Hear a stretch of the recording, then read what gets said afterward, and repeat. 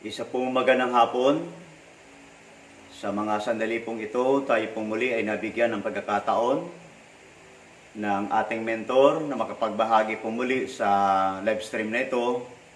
At salamat din po sa biyaya ng ating Panginoon na patuloy na dumadaloy sa atin.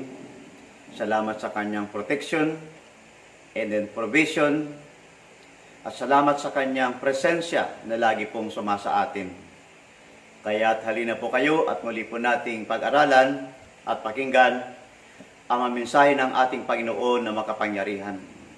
Ipagkapatuloy pa rin po natin ang seryeng itong ating tinatalakay na may kaugnayan po sa ano-ano ba ang mga bagay na nagagawa ng grasya ng Lord sa buhay po nating ito. Kasi mahalaga ho, gaano man natin kahusay, anumang talintong mayroon tayo, anumang kagalingan mayroon tayo, kung wala po ang grasya ng Panginoon, it will become useless before Him. That's why we need the grace from God continuously.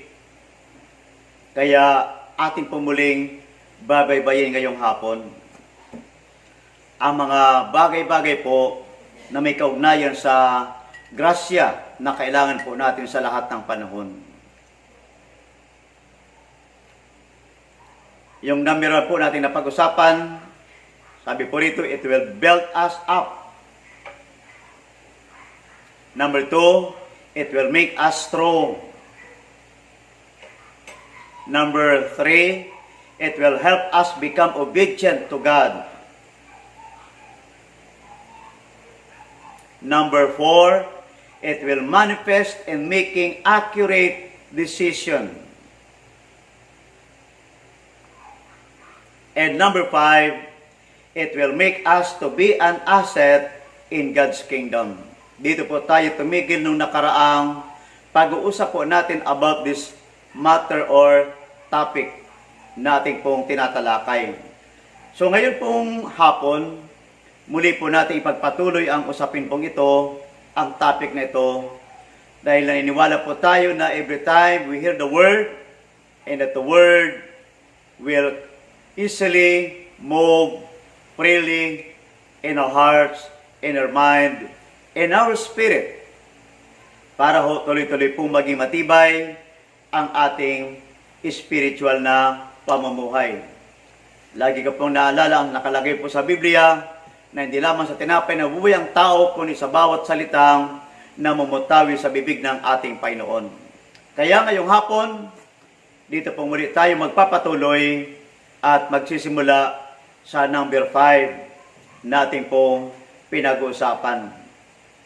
Kaya ang Ephesians 3:2, 7 and 8, surely you have heard about the administration of God's grace that was given to me for you. I became a servant of this gospel by the gift of God's grace given me through the working of His power. Although I am less than the least of all the Lord's people, this grace was given me to preach the gospel, to preach to the Gentiles the boundless riches of Christ.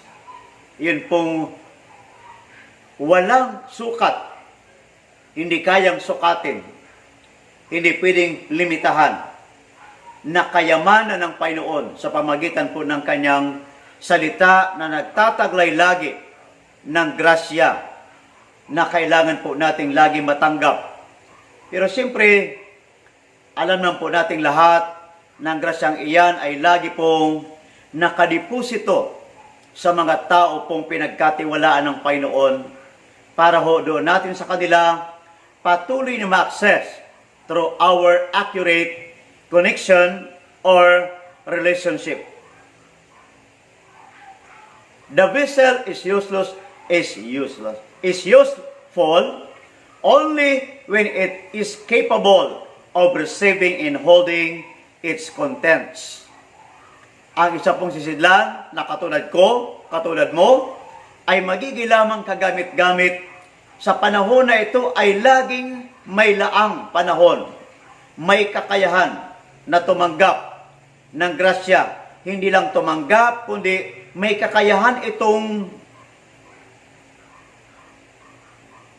kumbaga hawakan. May kakayahan itong panatilihin ang laman nito. Ibig sabihin, yung grasya ng ating Panginoon. We are like the vessel that the Lord wants to shape and fill with the Holy Spirit until the likeness of Christ is totally restored in us and we become assets in God's kingdom.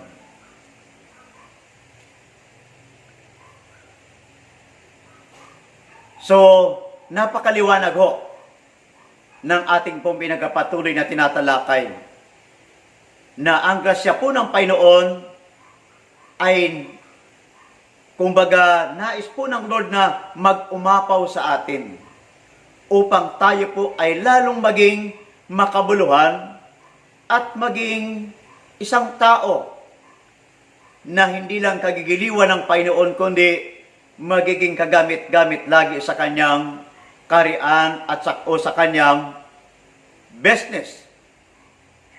Amen. So, ang number 6 po ay nagsasabi, it will empower us to become diligent. To become diligent. 1 Corinthians 15 verse 10, but by the grace of God, I am what I am. And His grace to me was not without effect. No, I worked harder than all of them. Yet, not I, but the grace of God that was with me. Ang galing po ng sabi po ni St. Paul o ni Apostol Pablo. Sabi niya, ako ay nagtrabaho ng higit pa sa trinabaho ng marami. So this is how the grace of God worked in the life of Apostle Paul. Kumbaga, yun pong kanyang limitation na surpass ho ito, na lampasan po yun. Yun ho pala ang grasya yun ho pala ang nagagawa ng grasya ng Lord sa buhay po nating ito. Aside from the empowerment, para tayo gawing diligent. Kumbaga, bawal talaga ang may katamaran. Ayaw ng Lord na tayo ay maging tamad bilang mga Kristiyano. Tama po yun, dahil may mga sitwasyon po sa buhay po natin na kuminsan ang mga mananampalataya ay napupulaan po ng ibang tao. Bakit ho kanyo? Dahil kung minsan, dala po ng tinatawag na katamaran. Halimbawa, ikaw ay nag-o-office o nag-o-opisina. Halimbawa, ikaw ay nakikitrabaho lamang.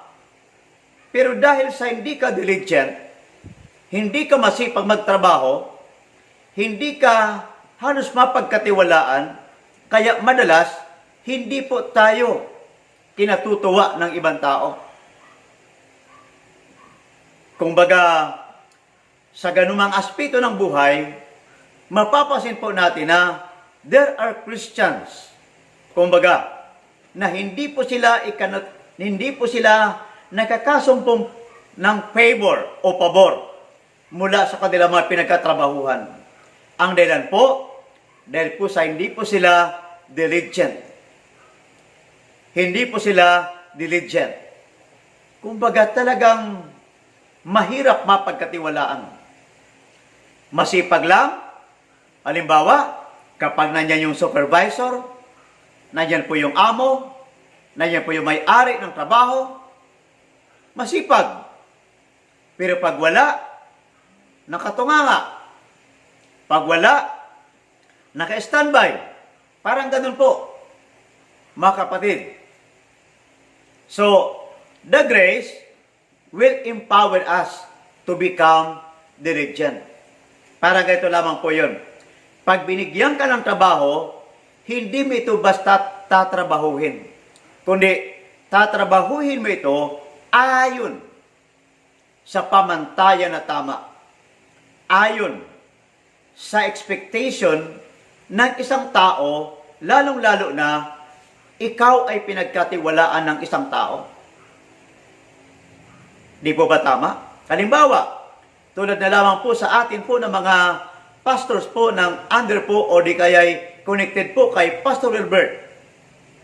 Pagdating po rito sa ECB, kapag ikaw ay nabigyan ng trabaho, it means that isa hong itong privilege or opportunity na maging mahusay po tayo dapat. Pero hindi rin po tayo dito nagkatrabaho para magpahusayan. Kumbaga, iniiwasan natin ang magkaroon ng competition dahil hindi po kailangan dito ang competition. Ang kailangan po natin dito, una, submission, commitment, dedication. Habang ginagawa natin ang mga bagay na dapat gawin. Kaya si Paul ho, nagsabi siya, ako'y nagtrabaho ng higit sa kanila. Hindi niya naman po sinasabi na siya'y nakahigit sa iba.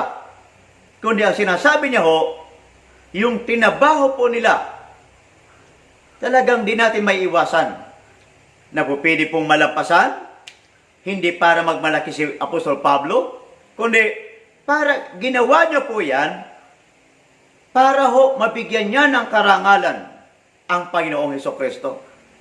Para mabigyan niya ng kapurihan ang Panginoon. Kasi alam niyo po ba, kapag tayo po ay nagiging diligent,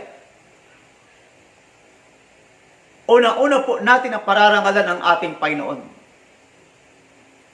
Lagi po natin nabibigyan ng papuri, pagsamba ang ating Diyos na dakila. Kapag tayo po ay patuloy na nagkapagtatrabaho, lalong-lalo na pagkakatiwalaan ka na. Kaya, ibig sabihin, kapag pinagkakatiwalaan ka na, lalo naman nating gawin ang nararapat gawin. Ibig sabihin, gawin natin ang lahat ng ating magagawa to glorify God first when we are observing something na dapat natin trabahuhin. Kasi ang mga bagay pong ito ay napaka-importante sa buhay po natin. Dahil ang Diyos naman po, anumang ating ginawa ay hindi pwedeng kalimutan. Kaya, ang Diyos pala ay lagi naghihintay o kumbaga laging umaabang sa mga gagawin natin. Kaya marapat lamang na tayo po ay maging masinop, maging masipag sa mga gawain. Ito man ay pang-espiritual, ito man ay pang-material, nakikitrabaho ka, nagninegosyo ka, gawin mo ang lahat ng bagay na ang Diyos pa rin ang napararangalan. Ang Diyos pa rin ang iyong napapupurihan. Carrying the grace will make us diligent and responsible for the task. Habang pala taglay-taglay natin ang grasya, dahil sa nakukuha natin ito through impartition, through our explicit obedience to somebody. So it will make us diligent and responsible for the task. Kumbaga, pag napagkatiwalaan ka ng trabaho, mapagkatiwalaan ka talaga. Alam niyo po ba, marami pong trabahador, pero in reality, hindi po lahat ng trabahador ay pwedeng pagkatiwalaan ng taong pwedeng magtiwala. Dahil sabi ko na kanina, may man nagatrabaho na hindi po maayos ang trabaho. Halimbawa, yung quality po ng kanilang trabaho ay hindi po umaabot sa standard. Lagi pong may kulang. Hindi po nila magawa. Parang katulad po nito. kung ang pagsunod ang pag-uusapan, may mga sumusunod po na may kulang. Ang iba ho, manipis talaga ang pagsunod. Ang iba naman ho, talagang ang husay ng pagkakasunod. Kumbaga, they are very much willing to follow o to obey accurately. Kumbaga, kapag sila po ay magtrabaho, dahil sila po ay responsabling tao, sa anumang trabaho na pinagkakatiwala sa kanila, hindi lang nila ito gagawin ayon sa kanilang sariling kakayahan at pasya, kundi itataas pa po nila ito. Kumbaga, gagawin nila isang bagay, hindi lang po sa maximum na level, kundi as much as possible, gagawin po nila ito in a maximum level. Yun po mga kaibigan, mga kapatid sa Panginoon. Habang dinadala po natin, taglay-taglay natin ang grasya na patuloy natin tinatanggap, gagawin tayo nito na maging diligent and responsible for every task na mayroon tayo. Halimbawa, nagtatrabaho ka secular. Aba, kung nagtatrabaho ka secular, sikapin mo lagi na maging kang diligent and responsible. Kasi ang mga tao pong responsible, yan po yung mga taong nakahanda pong trabahuhin talaga ang dapat. Dahil ang feeling po nila, sa bawat ginagawa po nila, meron silang tinatawag na accountability. Meron silang mapanaguting pag-uugali. Kasi may mga tao po na kapag nagtrabaho, tila bagay wala silang sagutin. Kaya ang feeling nila, basta ang importante, matrabaho ko yun.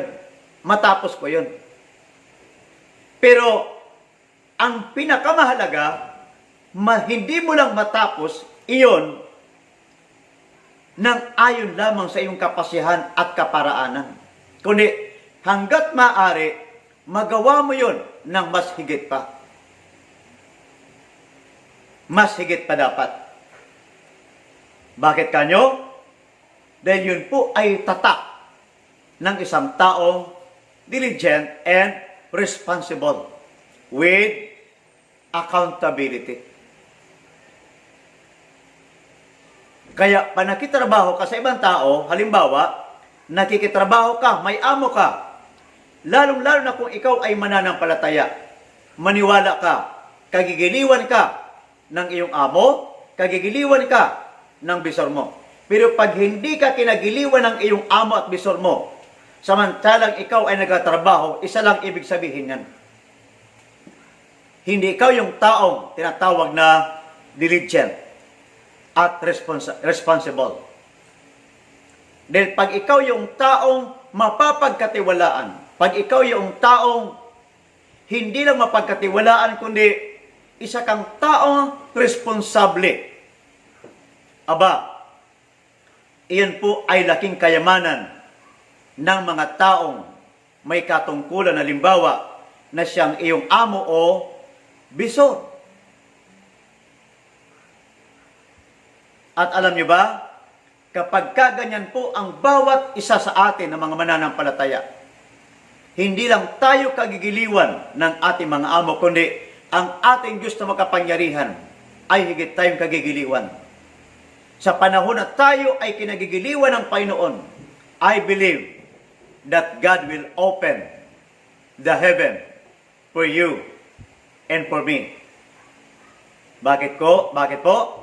Dahil ang Diyos mismo ay magbibigay ng pabor na kahit baga ang iyong amo ay unbeliever or non-believing, but the Lord is able to command him para bigyan ka ng pabor. Dahil tama ka pa nagtrabaho, mapapagkatiwalaan ka. So ito ho ay isa sa mga nagagawa ng grasya ng Panginoon sa buhay po ng bawat mananampalataya. Kaya, ang pagiging palang isang totoong mananampalataya ay hindi isang buhay na masasabi natin na tila bagay walang kulay ang buhay.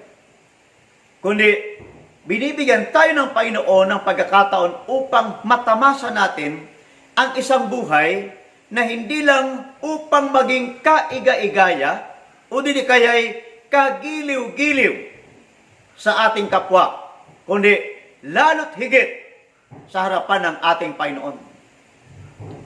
Ang Juan 4:34 may sinasabi po, Jesus said to them, "My food is to do the will of Him who sent me and to accomplish His work."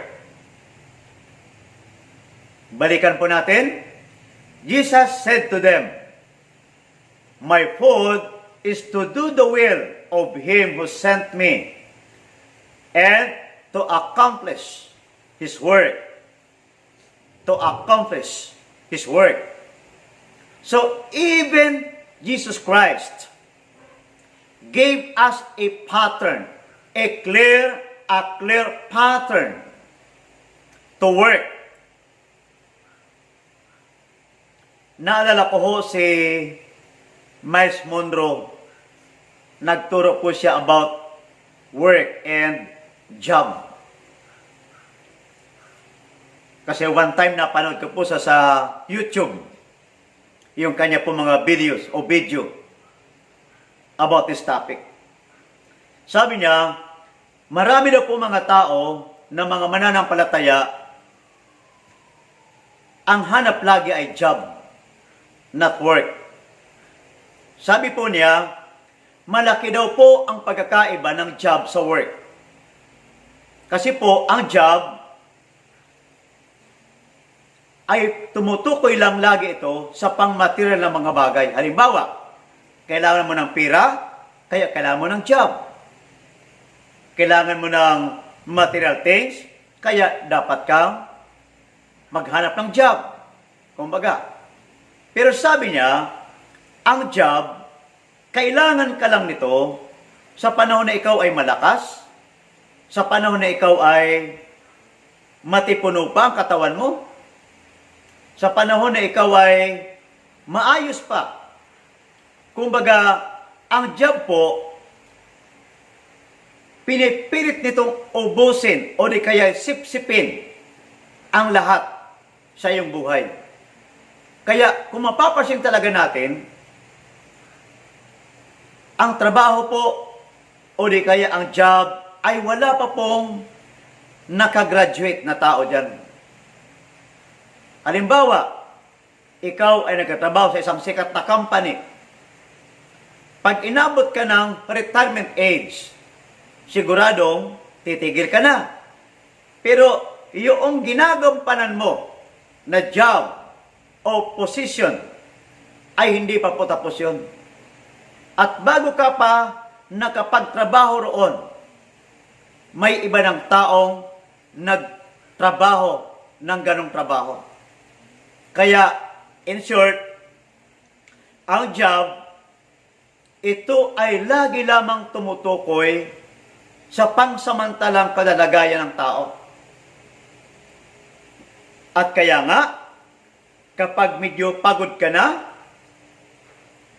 medyo na-stress ka na, ang gagawin mo ay mag-vacation o di kaya'y mag-resign. Kung hindi ka nanginayang sa iyong magiging retirement fee. Tama po mga kaibigan? Yun po ang job. And then, habang ginagawa mo yan, pwede ka magreklamo. Pwede ka mag-comment sa iyong pinagtatrabahuhan. Bakit? Kasi ang ginagawa mo ay job. At kung minsan, dahil ang tinatrabaho mo ay job, ayon sa paliwanag po ni Miles Monroe, Dr. Miles Monroe, lalo't ikaw ay mananampalataya, ang iyong ginagawa ay pwede mong gawing alibay upang hindi mo magawa ang iyong gawain sa Panginoon. Halimbawa, linggo, hindi ka makadadalo dahil ikaw ay pagod na pagod. Pero sabi po ni Dr. Miles Monroe, nung lalangin daw po ang tao, si Eva at Adan. Tama nga po, nakalagay po sa Genesis at magi dito sa ating pinag-usapan. Ang binigay daw sa kanila, ang binigay sa kanila ng Panginoon ay hindi job, kundi work. Work. Kaya, nung lalangin nga po talaga naman ang Panginoon, ang lahat ng bagay sa mundong ito within 6 days. Ang sabi po roon, nung matapos niyang trabahuhin, o di kaya matapos niyang lalangin, nagpahinga siya sa kanyang trabaho, work. So, mga kapatid, ang work ay isang napakahalagang bagay na diyan tayo inilagay ng Panginoon. Ibig sabihin pala, nung lalangin ka ng Panginoon, ikaw ay itinadhana niya sa work. Hindi lamang po para sa job.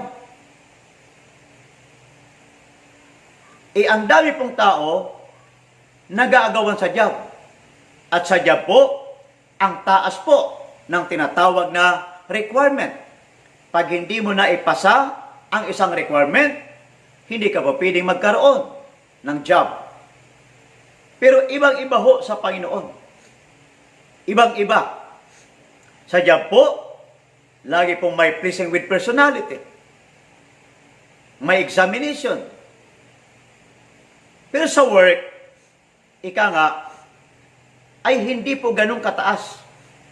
Ang importante, ikaw ay nakahanda na sumunod, ikaw ay nakahanda na mag-commit, at ikaw ay nakahanda na maglaan ng tamang pagkatrabaho.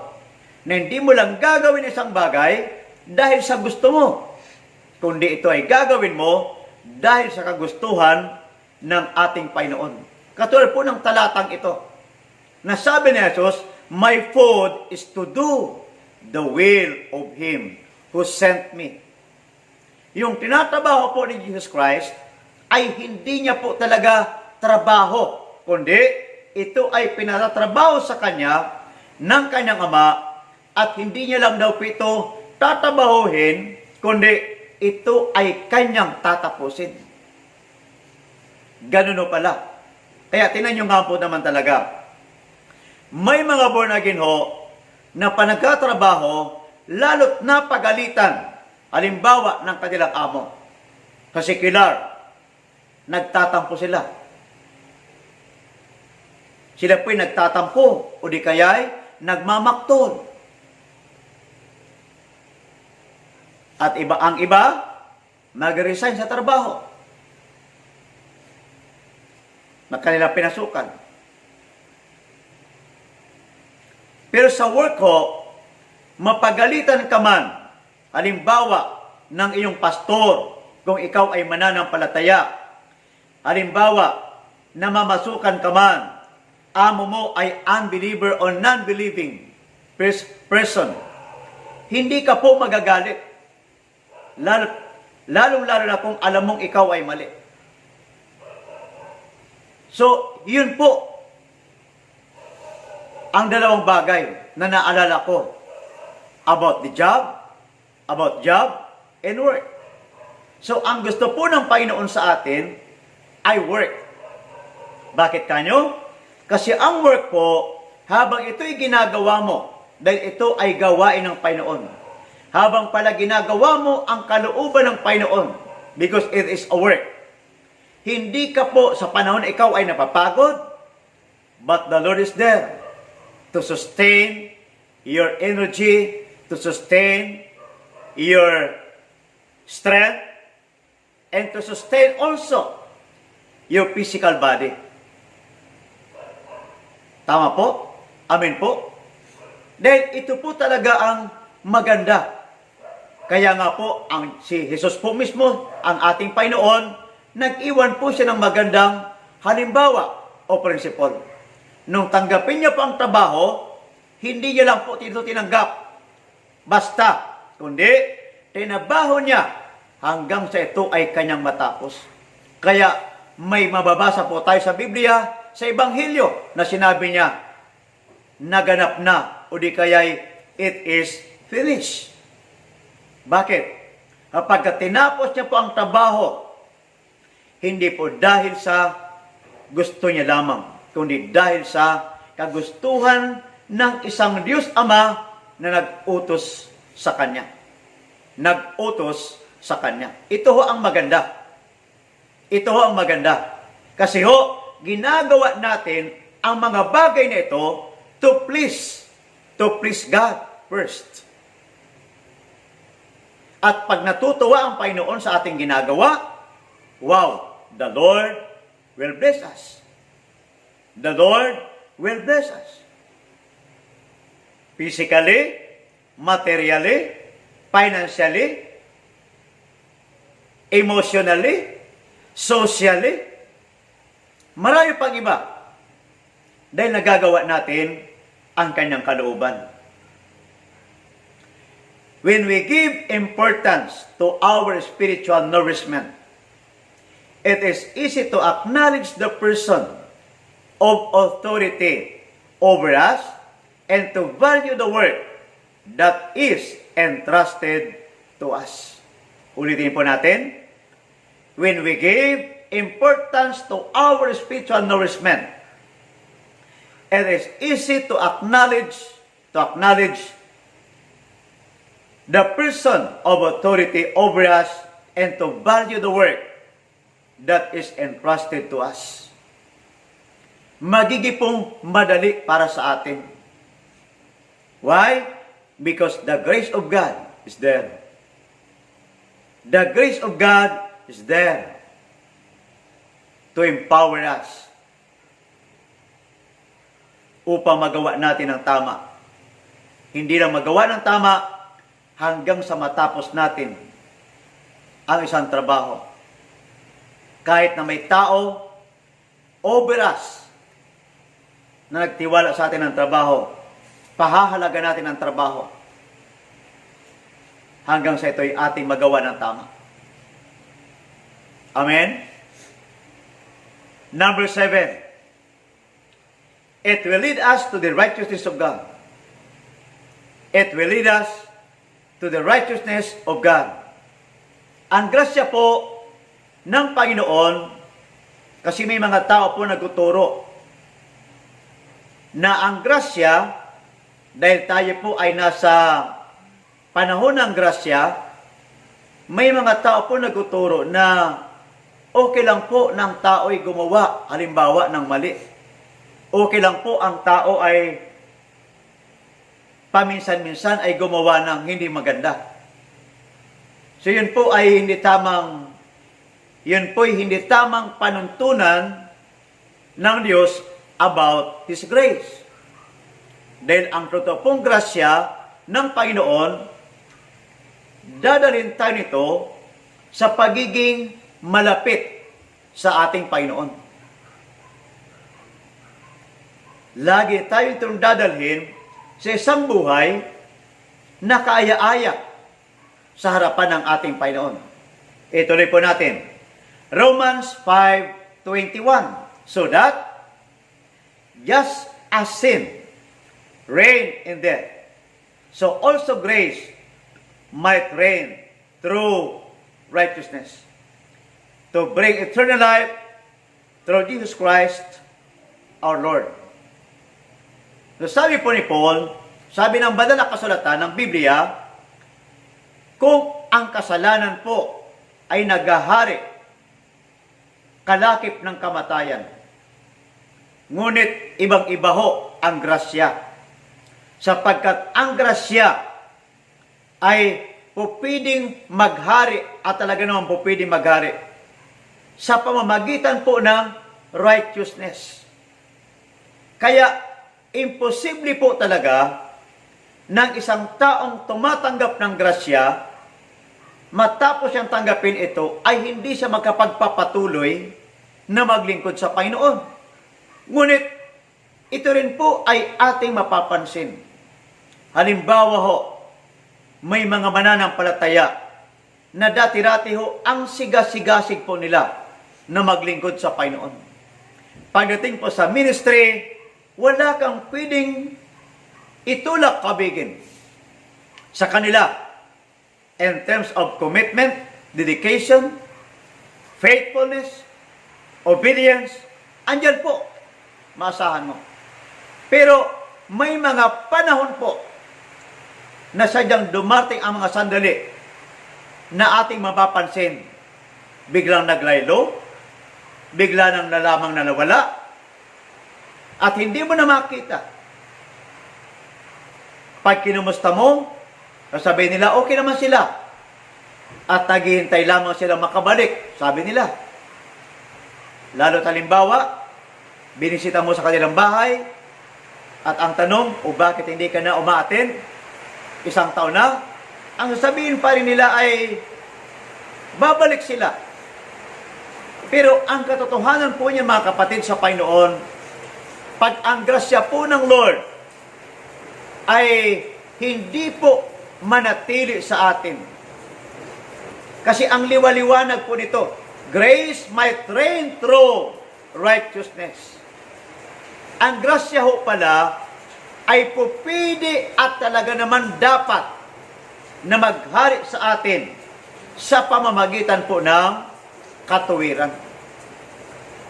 Kaya pag ang tao pala ay namumuhay sa katuwiran, it means that the grace of God is there. The grace of God is there. Kumbaga, nasa Kanya, nasa atin, andyan ang grasya ng ating Panginoon. At ang grasyang ito, magdadala sa atin sa mas malalim na pagtingin at pag-unawa about God's righteousness. Yun po ang sinasabi ng Biblia. Kaya nga po, ang Matthew 6:33, yung favorite verses po ng maraming mananampalataya, na ikiniklaim lagi na sinasabing, all these things will be added unto us. Pero nakakalimutan po ang una pong saknong na nagsasabi, but seek first His kingdom and His righteousness. His kingdom and His righteousness. So, ang grasya ho, kapag nag-ooperate sa atin, ang lagi po nitong tendency na po pwede po laging positibong mangyari sa atin ay ang lagi nating hanapin at unahin, i-prioridad ang alin? Ang kaharian ng Panginoon. Pero, pakinggan po natin mabuti. Marami pong tao, even pastor, even minister, elder, or member, madalas po nilang inuuna ang kanila pong ministry. Halimbawa, may upgrading seminar, may mentoring na ginagawa. Ang uunahin pa rin po nila ay yung kanilang Bible study, yung kanilang prayer meeting halimbawa. Hindi ko po sinasabing masama ang prayer meeting. Hindi ko po sinasabing masama ang Bible study. Pero in terms of priority, tama po? In terms of priority, dapat nating laging mahanap, mauna ang alin? Ang mga bagay na magpapatibay, magpapalakas, magpapalalim, magpapayaman, magpapayabong ng alin? Ng ating spiritual na kakayahan. Kasi pag lagi kang pupukus sa ministry at wala kang kinakain o iniintake dahil halimbawa sa ayaw mong umattend ng mga upgrading seminar, ng mga mentoring na ginagawa, dahil sa ang dami-dami mong mga ginagawa, na kung minsan ay ginagamit mo ng alibay. Makinig ka. Ang ginagawa mong iyan, lalo mo lamang nilalagay ang iyong sarili. Lalo mo lamang nilalagay ang iyong sarili sa isang kalalagayan na baka hindi ka tumagal balang araw. Kasi ang itakho na lagi mong ginagamit, nabibihira mong hasain yan, magkakaproblema ka balang araw. Pero ang itak na lagi pong sanay sa hasa, kapag yan po ay ginamit mo, hindi ka masyadong magkukonsume ng tinatawag na energy. Yung effort mo, ma-maximize mo. Tama po ba? Maximize? Yes. You can maximize your strength habang ginagamit mo ang isang matalas na itak dahil ito ay laging nahahasa. Same thing. Your life, my life, and our lives. Kaya, ang talatang ito po ay napakalinaw. But seek first His kingdom. What does it mean? Pangunahin nating trabaho kung ikaw ay pastor, ikaw ay minister, leader. Pangunahin nating trabaho, ang hanapin natin lagi, unahin natin lagi ang kaharian at ang katuwiran ng Panginoon. But how we do it? How we do that? Siyempre, katulad po ng ating ginagawang personal prayer, personal devotion, reading the Word, pero lalong-lalo na sa mga tinatawag natin na seminar, mga tinatawag natin na upgrading, mentoring.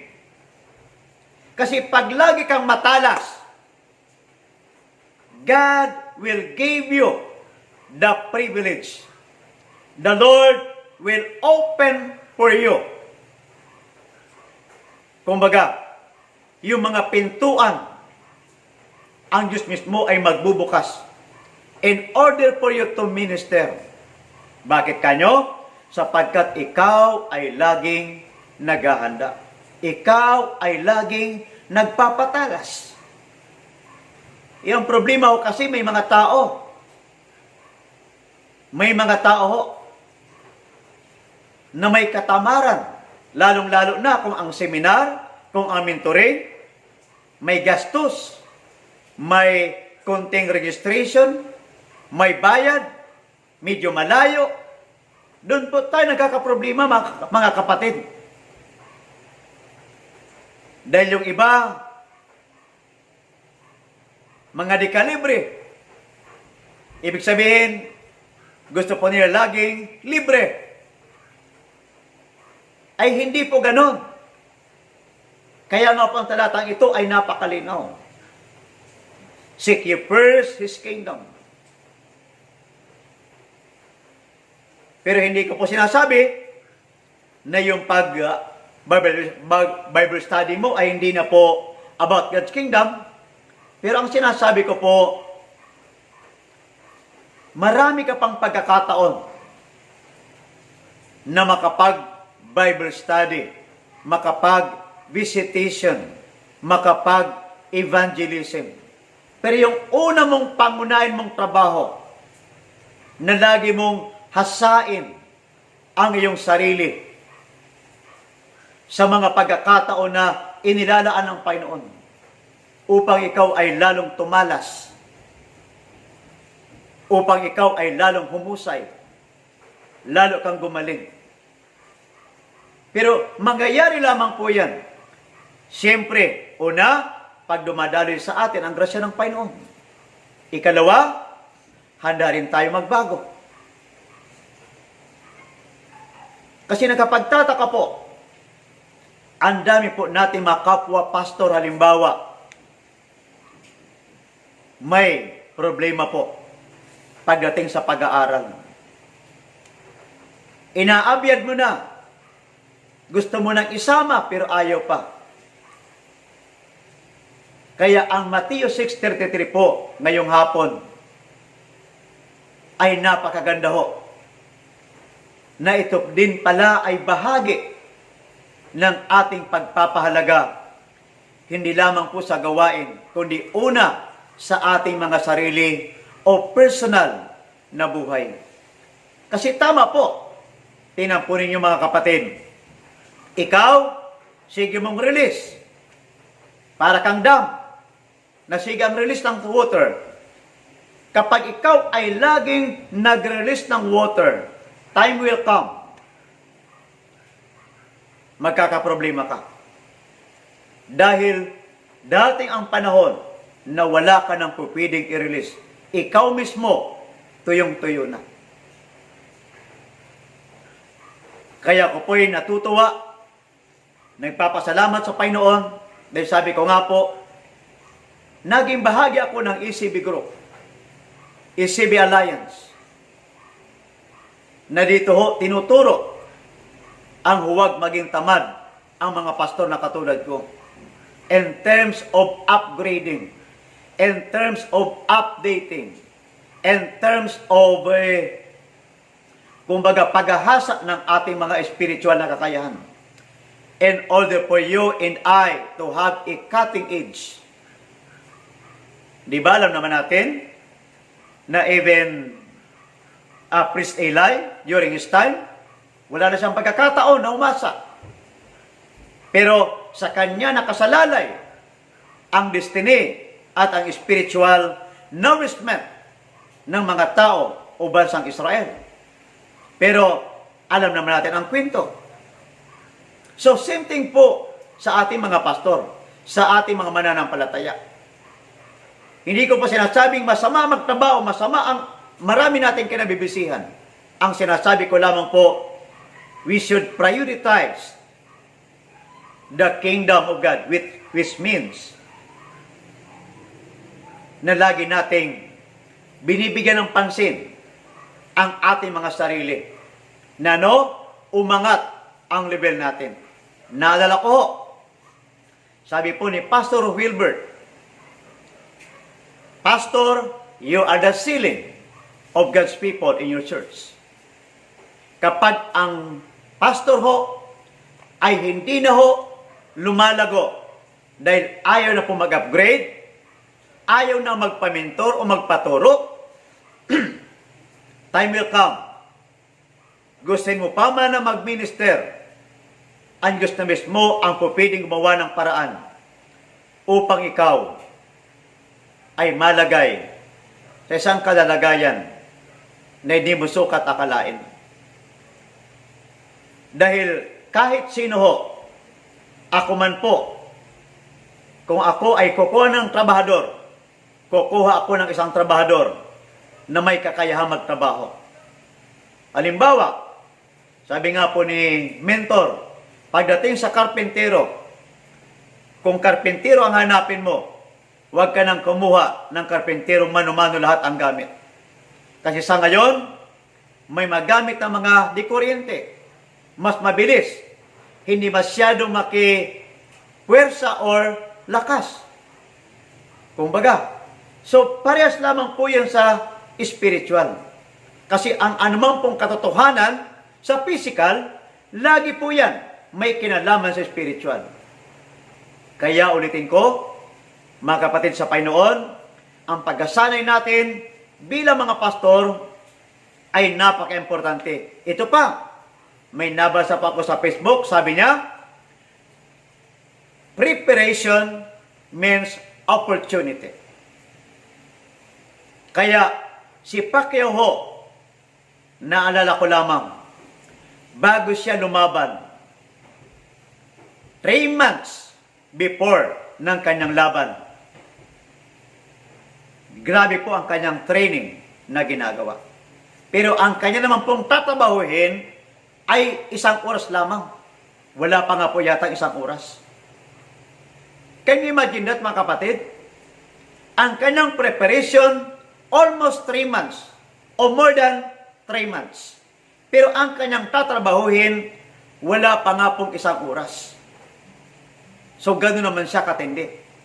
Kung si Pacquiao po ay gano'n ang kanyang trabaho, na pang dito lang sa mundo. Ilalo't higit tayo bilang mga mananampalataya, lalong-lalo na ikaw bilang kaibigan kong pastor. Matuto ka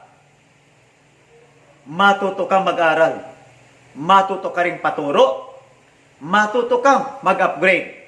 Habang may nag-o-offer sa iyo ng upgrading, upgrade yourself. Habang may nag-o-offer sa iyo na i-mentor ka, turuan ka, paturo ka. Kasi baka ikaw na lang ang hindi nakakaalam na maging ang lahat sa buhay po natin sa mundong ito, kay-teacher ka, kay anumang profession mo, kinakailangan mo lagi mag-upgrade, mag-update. Ang gadget na nga lamang po mga kapatid, wala pong tigil sa ka-upgrade. Maya't maya, 3 months after, 6 months after, upgraded ang mga gadget. Anong ibig sabihin yan? Ikon ang mga yan, na hindi naman yung pang-eternity, yun ay pang-samantala lamang. Pero lagi silang may panahon mag-upgrade. How much more tayo na mga mananampalataya? Lalong-lalo na tayo po mga pastor na lingkod ng ating Panginoon. Mga kaibigan, mukhang hindi ko pa ito matatapos. Inabot na naman ako ng oras. Anyway, kung mabibigyan pa ng pagkakataon, baybayin po natin ito uli. At bigyan natin ng pansin. Dahil ang grasya ng Panginoon ay totoo. Dahil lagi po siyang may magandang hinaharap kung ikaw ay laging tumatanggap ng grasya. Kumbaga, lagi nito tayong dadalhin sa mas mataas na dimension. Sa mas malawak na gawain. Ika nga, kung gawain ang pag-usapan. Mas mataas na dimension, mas mabiyayang paglilingkod, mas matagumpay, mas masaya na paglilingkod. Dahil this is the will of our God. To enjoy what we are doing. Why? Because ginagawa natin ang kalooban ng ating Panginoon. Maraming salamat po. God bless us all. Were you blessed with the message today? If so, please like, subscribe, and hit the bell button below for updates. Thank you for watching and see you next streaming.